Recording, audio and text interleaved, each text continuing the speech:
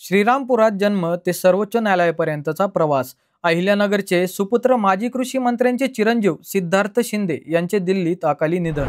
15 सप्टेंबरची ती संध्याकाळ सर्वोच्च न्यायालयाच्या कॉरिडॉरमध्ये नेहमीप्रमाणे सिद्धार्थ शिंदे काम करत होते, पण त्या दिवशी नियतीने वेगळं ठरवलं होतं। कामकाज सुरू असतानाच अचानक चक्कर आली। सहकाऱ्यांनी धाव घेतली आणि तातडीने एम्स रुग्णालयात नेलं, पण काही तासातच रात्री उशिरा वयाच्या 48व्या वर्षी त्यांची प्राणज्योत मालवली। अहिल्यानगर जिल्ह्यातील श्रीरामपूरमधून सुरू झालेला हा प्रवास पुण्यात स्थायिक झालेलं कुटुंब आणि सर्वोच्च न्यायालयापर्यंत पोहोचलेला त्यांचा प्रवास। श्रीरामपूर येथील माजी केंद्रीय कृषी मंत्री अण्णासाहेब शिंदे यांचे ते नातू।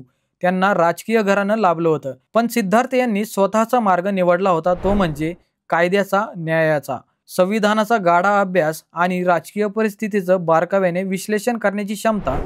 यामुळे ते केवळ वकील नव्हते, तर विचारवंत म्हणूनही त्यांच्याकडे पाहिलं जायचं। सिद्धार्थ शिंदे गेल्या अनेक वर्षांपासून सर्वोच्च न्यायालयात कार्यरत होते।